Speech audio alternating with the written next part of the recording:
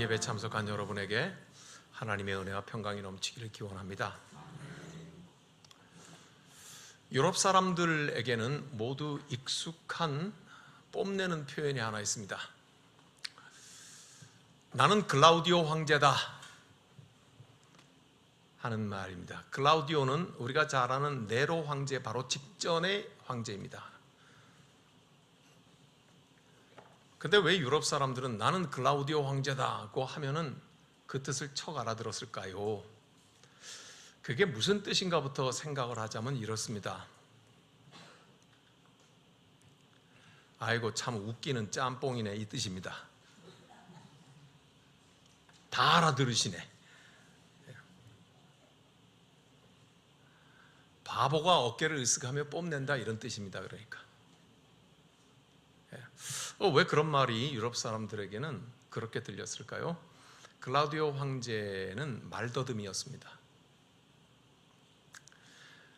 그리고 어릴 때부터 약골이어서 웬일인지 모르지만 자꾸 콧물도 흘리고 그래가면서 약골 중에 약골이었다고 그렇게 역사가들은 기록을 하고 있습니다. 말을 더듬는 황제, 그럴 만도 하지요. 웃기는 짬뽕이다. 근데 그뿐만 아니라 이 클라우디오 황제는 4번의 혼인을 했는데 4사람의 왕비에게 항상 다 휘둘렸습니다. 좋지 않은 왕비들을 만나서 왕비들 4사람 다 어쩌면 그렇게 일관되게 황제를 이용해 먹으면서 문제를 많이 일으켰기 때문에 이 모든 일들이 복합적으로 나는 클라우디오 황제다 그러면 아이고 참 그렇게 말을 하는 거였습니다. 근데 이 클라우디오 황제가 그렇게 사람들이 자기를 업수히 여긴다는 것을 모를 리가 없죠. 이전부터 로마 황제에게는 쿨투스 임페라토리우스, 즉 황제를 숭배하는 것이 로마에서 있었습니다. 근데 황제 숭배를 하고자 하는데 이게 말은 더듬지, 콧물은 자꾸 흘리지, 그리고 자꾸 아내한테 휘둘리기나 하지, 이랬다고 생각을 해보십시오. 그러니까 사람들이 얼마나 업수히 여겼던가. 그런데 로마의 황제니까 대단한 존재 아닙니까? 숭배는 해야 되겠고, 어느 순간인가 이 클라우디오는 폭군으로 변하기 시작을 합니다. 자기를 업수히 여기는 것에 대해서 되갚음을 하기 시작을 한다는 뜻일 것입니다. 그러면서 황제를 숭배하는 것에서 넘어서서 황제를 신격화하는 작업을 합니다.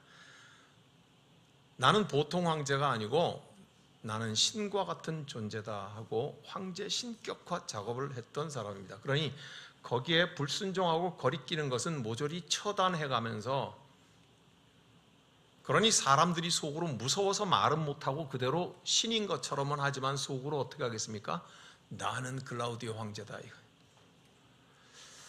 어쨌든 황제의 권력은 대단해서 그렇게 신처럼 만들어지기 시작을 했는데, 로마가 정복했던 민족들 가운데 특이하게도 유대인만 종교의 자유를 허용해 주었었습니다. 그리고 그들의 자치를 굉장히 존중을 해준 이유는 유대인들은 아무리 회유하고 아무리 압박을 해봤자 자신들의 유일신 야훼 종교를 절대로 변개치 아니하는 민족, 차라리 우리 유대인을 다 죽여라 그렇게 하는 민족이니 그럴 필요까지 뭐 있나 하고 유대인들에게는 특별한 배려를 해 주었습니다. 물론 유대인들이 로마에 들어와서 많이 살았었습니다. 20명에서 30만 명까지가 로마에 들어와서 살았다고 그렇게 역사가들은 말을 하고 있습니다. 그런데 그 유대인들 가운데 갈등이 일어나기 시작을 하고 서로 자기들끼리 패가 갈려서 다투기 시작을 하는데, 이 다툼이 점점 커지기 시작을 해서 서로 테러하고 서로 죽이는 데까지 이르기 시작을 합니다. 그 이유를 들어본 즉슨 이렇습니다. 하나님의 아들 독생자 예수 그리스도가 이 땅에 와서 유대민족이 십자가에 못 박아 죽이고, 그리고 죽은 예수가 사흘 만에 부활했는데 그 예수를 믿으면 하나님의 자녀가 되고 구원을 얻는다고 유대인들 사이에서 소위 우리가 알고 있는 복음이 전해지기 시작하는 겁니다. 유대인들은 태어날 때부터 유대교인으로 태어납니다. 즉 구약의 하나님을 믿는 교인으로 태어납니다. 많은 유대교인들이 이 예수의 복음을 받아들이기가 너무나 언짢았던 것입니다. 물론 일부 받아들이는 사람도 있었겠지만, 그래서 크리스찬과 난 크리스찬, 즉 그리스도인과 비그리스도인 사이에 갈등이 일어나기 시작을 하고, 서로 처음에는 반목하고 다투기만 하더니 마침내는 돌을 들어 죽이는 데까지 이르기 시작을 합니다. 우리가 지금 사도행전을 계속해서 묵상해 가고 있는데요, 사도행전 13장에서 사도 바울 일행이 비시디아 안디옥에서 복음을 전할 때 공회당에서 전하니까 거기에 받아들이지 못하고 분노한 유대인들이 바울 일행을 죽이려고 했던 것을 성경에서 우리는 봅니다. 바울은 비시디아 안디옥에서 떠나서 루스드라 지방에서 복음을 전하는데, 아직도 적개심을 풀지 않고 있던 유대인들은 이 루스드라 지방까지 쫓아옵니다. 쫓아와서 기필코 바울에게 돌질을 합니다. 그래서 사도행전 14장에 보면 거기까지 쫓아온 유대인들이 바울을 돌로 쳐 죽은 줄 알고 쓰레기처럼 버리고 그리고 갔습니다. 그러니까 이와 같이 사람을 죽이기도 서슴지 않는 갈등이 유대인들 그룹들 가운데 일어나는 겁니다. 스강달론이라고 이름을 붙였습니다. 당신의 헬라 사회니까 헬라어로 이 무슨 예수의 스강달론이냐, 그것 때문에 유대인들이 서로 죽이기까지 다투는 일이 있다. 그 스강달론이 오늘날 영어에는 스캔들이라는 단어로 남아 있습니다. 어떤 여배우가 누구하고 잘못했대, 어떤 남자 배우가 처자식이 있는데도 누구하고 뭐 잘못됐대 하고 하는 것을 우리는 요즘은 스캔들이라고 합니다. 그죠? 예, 맞습니다. 바로 그 스캔들입니다. 그러니까 당시 예수 그리스도의 복음은 로마 사회에서 스캔들이었습니다. 엄청난 스캔들이어서 유대인들끼리 서로 죽고 죽이게 하는 데까지 일어난 스강달론, 즉 스캔들이었던 것입니다. 그래서 오늘 우리가 읽었던 18장 2절은 이 사건을 이렇게 표현하고 있습니다. 2절을 다 같이 읽겠습니다. 아굴라라 하는 본도에서 나온 유대인 한 사람을 만나니 글라우디오가 모든 유대인을 명하여 로마에서 떠나라 한 고로 그가 그 안에 브리스길라와 함께 이달리아로부터 새로 온지라. 바울이 그들에게 가매. 누가요? 글라우디오가 로마에서 모든 유대인들을 다 쫓아내어 버립니다. 이와 같은 당시 세상의 한가운데였던 로마에서 이 사건이 일어나면서 모든 유대인들은 다 로마에서 쫓겨나기 시작을 했습니다. 그래서 브리스길라와 아굴라 부부는 고린도에 정착을 하게 되고 고린도에서 바울을 만나게 됩니다. 이 부부와 바울은 전에 일면식도 없던 사람들이었습니다. 전혀 모르던 사람인데 이 놀라운 사건을 통하여서 복음, 즉 예수 스강달론, 스캔들을 통하여서 당시 로마를 뒤집어 엎으면서 쫓겨나서 고린도에서 만나게 됩니다. 그리고는 5절에 보니까 실라와 디모데가 마게도냐로부터 내려와서 합류했다고 기록하고 있습니다. 그러니까 오늘 우리가 읽은 본문에는 5사람의 이름이 거론됩니다. 첫 번째는 바울일 것이고요, 브리스길라와 아굴라 부부가 있습니다. 그리고 따라 합류한 실라와 디모데, 이 5사람의 공동체가 형성이 되면서 고린도에서 강력하게 복음을 전하기 시작합니다. 브리스길라와 아굴라 부부는 사도 바울과 실라와 디모데와도 이전에 전혀 알지 못했던 사람으로 하나님께서는 공동체를 만드십니다. 여러분은 저를 아신 지 얼마나 되셨습니까? 저는 여러분을 안 지 얼마나 됐을까요? 여러분끼리는 아신 지가 얼마나 되었습니까? 우리는 각자 다른 곳에서 태어났고 다른 곳에서 자랐고 다른 환경과 교육을 받았고 다른 신앙생활을 해왔다가 하나님께서 오늘 고린도에서 저들을 만나게 하심처럼 우리를 오늘 이 자리에서 함께 예배하게 하셨습니다. 일부 예배 때는 기도자가 그렇게 기도했습니다. 하나님께서 우리 십자수 공동체 교회 교인들을 이 광야로 이끌어내어서 함께 모이게 하시고 함께 신앙생활을 하게 하셨다고 그렇게 기도를 하시더군요. 하나님께서 저와 여러분들을 마치 고린도에서 저들을 모으셨던 것처럼 오늘 여기에 모아서 함께 신앙생활을 하게 하셨습니다. 오늘 설교의 제목이 뭡니까? 만나게 하신 뜻입니다. 하나님이 만나게 하신 그 뜻은 무엇이겠습니까? 우리는 5절을 함께 다 같이 읽겠습니다. 같이 읽습니다. 실라와 디모데가 마게도냐로부터 내려오매 바울이 하나님의 말씀에 붙잡혀 유대인들에게 예수는 그리스도라 밝히 증언하니. 어떤 대목이 눈에 띕니까? 하나님의 말씀에 붙잡혀. 고린도에 이 사람들을 만나게 하시고 모아두신 그 이유는 무엇입니까? 하나님의 말씀에 붙잡히게 하려고.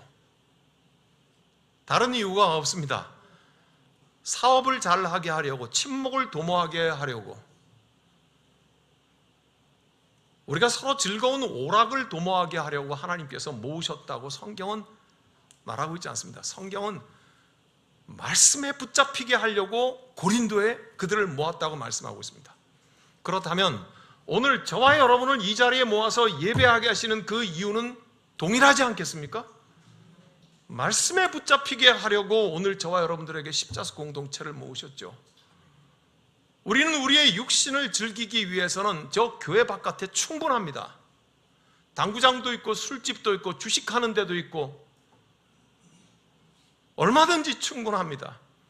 우리는 우리의 육체를 즐겁게 하기 위한 오락을 위해서 주님께서 우리를 여기에 불러 모으지 않으셨음을 압니다. 사업을 하기에는 세상의 사람들이 훨씬 더 그 일에 밝고 화통해서 저 세상에 나가서 사업을 도모하면 될 것입니다. 우리는 사업을 위해서 이 자리에 부름받은 것도 아닌 것이 분명합니다. 높아지고 명예를 얻으려고 하면 국회로 가면 될 것이고 정치를 하면 될 것이지, 굳이 여기에 와서 예수 따라가서 낮은 자, 작은 자가 되어야 된다, 그래가면서 자기의 명예를 얻으려고 하는 것은 우리의 모으신 이유가 아닐 것입니다. 오늘 고린도에 이들을 모아놓으신 것은 말씀에 붙잡히게 하려고 하심처럼 오늘 저와 여러분들을 이 자리에 모으신 것은 하나님께서 그 말씀에 붙잡히게 하려 하심인 줄로 믿습니다. 그러면 도대체 말씀에 붙잡힌다는 건 뭘까요? 지난주일 설교 말씀의 끝부분을 이렇게 끝냈습니다. 사도행전은 사도행전 기록 그 자체로 복음이 무엇인지를 드러내는 기록이라고 그렇게 말했습니다. 사도행전 기록 안에는 사도 바울과 실라와 디모데처럼 복음을 말함으로써 드러내는 사람도 있지만, 유대인들처럼 바울을 돌로 쳐 죽이려고 반대하고 적대하는 사람들은 그들이 복음이 아닌 것이 무엇인지를 행동하고 말함으로써 반면교사로서 복음이 무엇인지 드러내는 행위를 하고 있다고 그렇게 설교 끝을 맺었습니다. 예, 그렇습니다. 복음이 무엇인지를 드러내는 것은 복음을 정확하게 말함으로써 드러내는 방식도 있고, 무엇이 복음이 아닌지 말하고 반대로 행동함으로써 복음이 무엇인지를 드러내는 방식도 있을 것입니다. 말씀에 붙잡힌다는 것은 무엇입니까? 그 반대쪽부터 설명을 함으로써 말씀에 붙잡힌 것이 무엇인지 한번 생각을 해보려고 합니다. 무엇이 말씀 아닌 것에 붙잡힌 것을 한번 생각해 봅니다. 지난 금요일 날 KBS 추적 60분에서 70만 쉽니다 청년들, 이런 제목으로 시사 프로그램을 방송했습니다. 여러분 보셨는지 모르겠습니다. 그 70만이라고 하는 것은 20대 30대에 왕성하게 일해야 될 사람들 중에 70만 명이 일하지 않으려고 하고 직장을 구하려고 하지 않고 일하는 직장을 원하지도 않는 사람들이 70만 명이라고 하는 방송이었습니다. 여러분 중에 보신 분들이 있으리라고 생각을 합니다.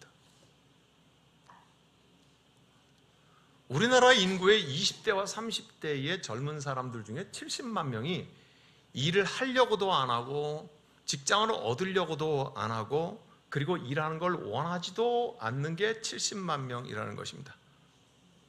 이 대목에서 우리 잘 생각해야 됩니다. 기성세대인 저와 여러분들은 왜 그런데 우리 때는 그러지 않았는데 그런 소리 하지 말아야 합니다. 누가 만들어 놓은 세상입니까 지금 이게? 저와 여러분이 만들어 놓은 세상입니다. 우리 기성세대가 만들어 놓은 세상이라고요. 우리 때는 그러지 않았는데 너희는 왜 그렇게 하는 거, 그 말 자체가 꼰대가 하는 소리입니다. 이러지 말아야 합니다. 우리가 도대체 어떤 사회를 만들어 놓았기 때문에 70만 명의 젊은이들이 이렇게 되었는가 하는, 지금 제가 이 말씀을 드리는 것은 그 70만 명의 젊은이들을 비난하고자 함을 목표로 하고 있지는 않습니다. 다만 그 현상이 오늘 우리 사회에 무기력함을 드러내주고 절망을 맛보게 하고 그리고 꿈을 빼앗아 간다는 말을 하고 싶은 것입니다. 다른 말로 하면 무엇입니까? 우리 사회의 생명력이 죽어가고 있다는 겁니다.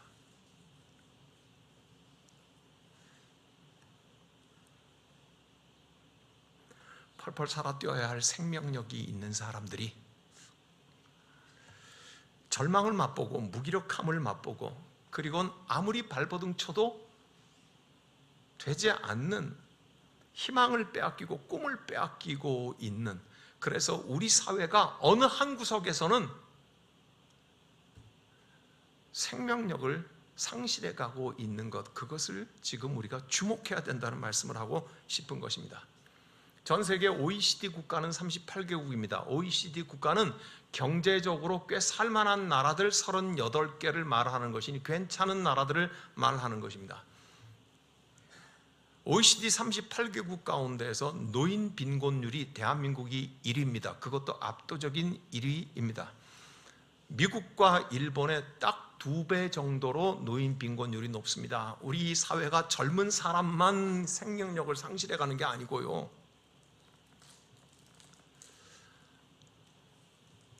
우리의 노인들의 빈곤율이 전 세계의 살만한 국가 OECD 국가의 평균의 2배에 달합니다. 들으신 적이 있겠지만 OECD 국가 38개 중에 자살률이 또한 대한민국이 1위입니다.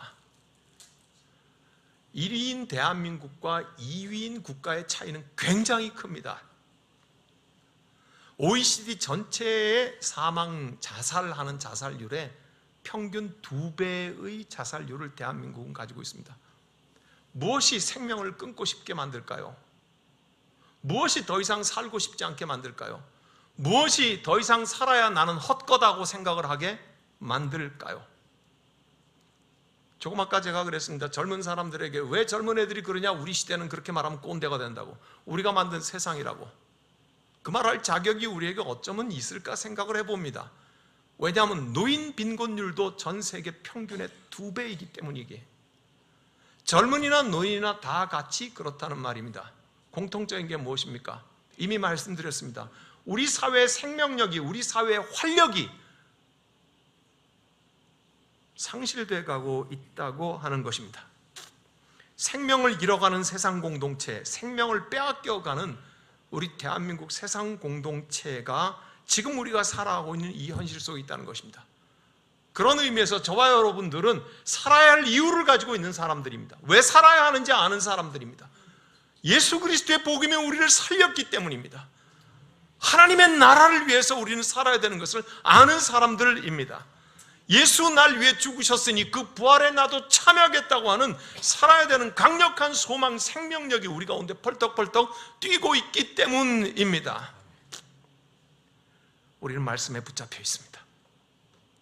우리는 하나님의 구원의 말씀에 붙잡혀 있습니다. 생명이냐 사망이냐 하는 것, 우리의 신앙 공동체의 만남의 이유는 서로 죽이기 위해서가 아닙니다. 받아들일 수 없는, 그래서 죽어가는, 아니 이미 죽은 유대인들, 유대의 껍데기 종교에 대하여서, 그래서 말씀에 붙잡힌 바울은 단호하게 결별을 선언합니다. 6절을 함께 같이 다 같이 읽겠습니다. 그들이 대적하여 비방하거늘 바울이 옷을 털면서 이르되 너희 피가 너희 머리로 돌아갈 것이요 나는 깨끗하니라. 이후에는 이방인에게로 가리라. 너희 피가 너희 머리로 돌아갈 것이요, 이건 무엇입니까? 아주 전형적인 유대인 저주의 표현이라고 해요. 복음을 받아들이지 않고 말씀에 붙잡혀서 끊임없이 주의 생명을 전하고 우리가 살아야 되는 이유와 이 세상이 무엇 때문에 진정 생명을 가지게 될 것인가를 말을 하는데 끝까지 거부하고 받아들이지 않고 돌로 쳐 죽이려고 하는 유대인들에게 대해서 담대한 힘으로도 말씀에 붙잡힌 사람은 결별을 선언합니다. 너희 피가 너희 머리로 돌아갈 것이요.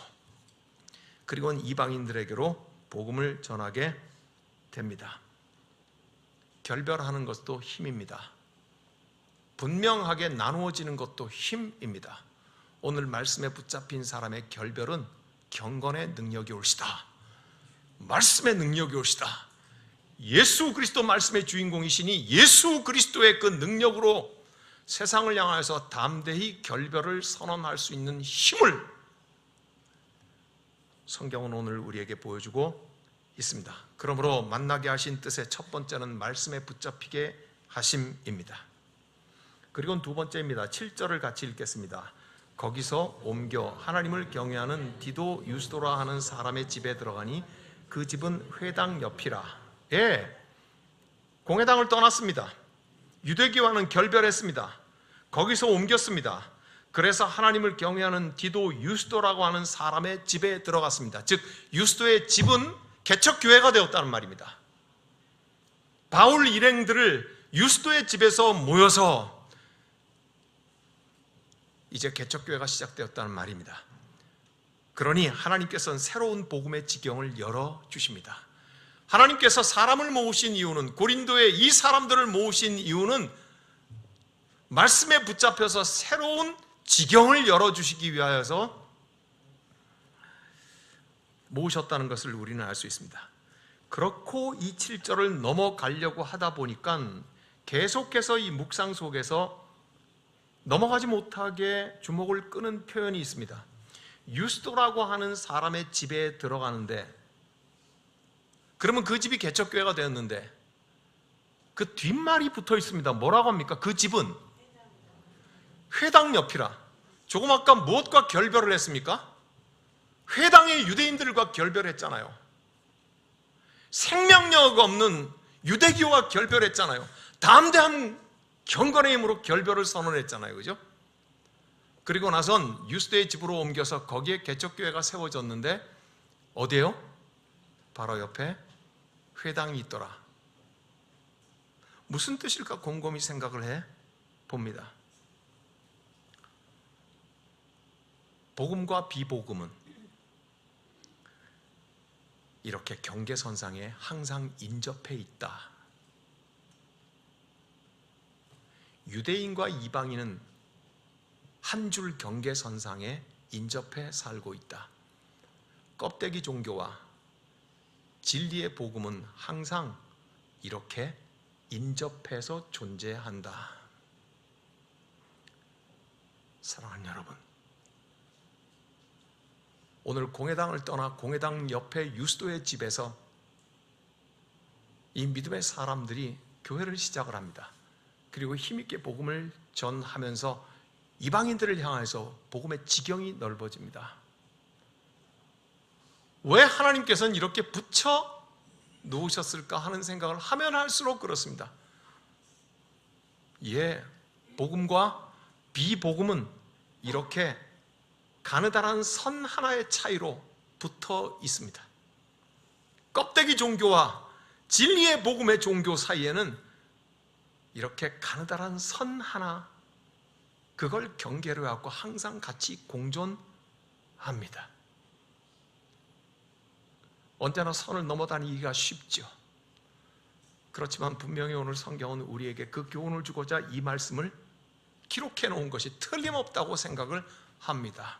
사랑하는 여러분, 복음과 비복음은 경계선상에 인접해 있고 유대인과 이방인들도 한 마을에 살면서 거의 구별이 없을 만큼 그 작은 차이에 인접해서 함께 살고 있고, 껍데기 종교와 진리의 복음도 작은 그 선 하나를 인접해 같이 살고 있어서 별 차이가 없는 것 같지만 그 속을 들여다보면 내용은 하늘과 땅 차이라는 것을 우리는 알 수가 있습니다.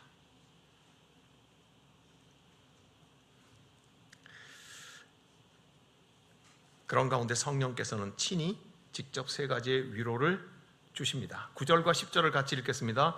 밤에 주께서 환상 가운데 바울에게 말씀하시되 두려워하지 침묵하지 말고 말하라. 내가 너와 함께 있음에 어떤 사람도 너를 대적하여 해롭게 할 자가 없을 것이니 이는 이 성중에 내 백성이 많음이라 하시더라. 밤에 주님께서 나타나셔서 환상 가운데 위로의 말씀을 10절에서 세 가지를 하십니다. 첫 번째는 내가 너와 함께 있다는 것입니다. 마태복음을 시작하면서 예수님이 동정녀 마리아의 몸에 날 때에 뭐라고 구약의 말씀의 예언이 인용됩니까? 하나님이 사람과 함께 계심이니 곧 임마누엘이라. 예수 그리스도께서 나실 때부터 강력하게 존재했던 것입니다. 그 이후 예수는 말씀과 기적과 사건으로 제자들과 함께 하였고, 그리고 십자가와 부활로 온 세상과 함께 하였으며, 그리고 마가의 다락방에 성령, 즉 예수의 영, 아들의 영으로 임재하셔서 사람 가운데 하나님이 함께 하셨던 것을 오늘 성령께서 바울 일행에게 뭐라고 하십니까? 내가 너와 함께 있다. 그리고 두 번째는 우리 공동체에게 주신 생명은 주님께서 보장하신다고 너를 대적하여 해롭게 할 자가 없을 것이라고 말씀하십니다. 너를 대적하여 해롭게 할 자가 없을 것이니 안심하라, 생명을 보장한다는 말은 아무리 생각해도 그만큼 대적이 생긴다는 것이고 갈등이 생긴다는 것이고 반대하고 회방자도 많다는 뜻 아니겠습니까? 그럼에도 불구하고 너희 속에 있는 말씀에 붙잡힌 그 생명은 내가 지켜주겠다고 위로하시는 것입니다. 괜찮다, 걱정하지 마라, 이렇게 말씀하시는 거잖아요, 그죠? 우리 고향말로 하면 이렇습니다. 됐다, 쫄지 마라, 괜찮다, 쫄지 마라.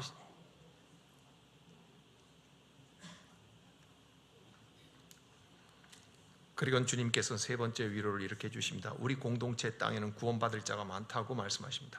이 성중에 내 백성이 많음이라 말씀하십니다. 성령께서는 바울 일행이 홀로 고군분투하도록 내버려 두지 않으시겠다고 하는 말씀입니다.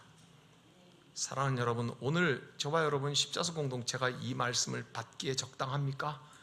예, 그렇습니다. 하나님께서 고린도의 바울 일행과 전혀 알지 못했던 브리스길라와 아굴라를 만나게 하신 것은 하나님의 생명의 말씀에 붙잡히게 하려 하심이고, 그리고 그 복음의 지경을 넓히려고 하셨고, 그리고 위로를 허락하시면서 괜찮다, 쫄지 마라,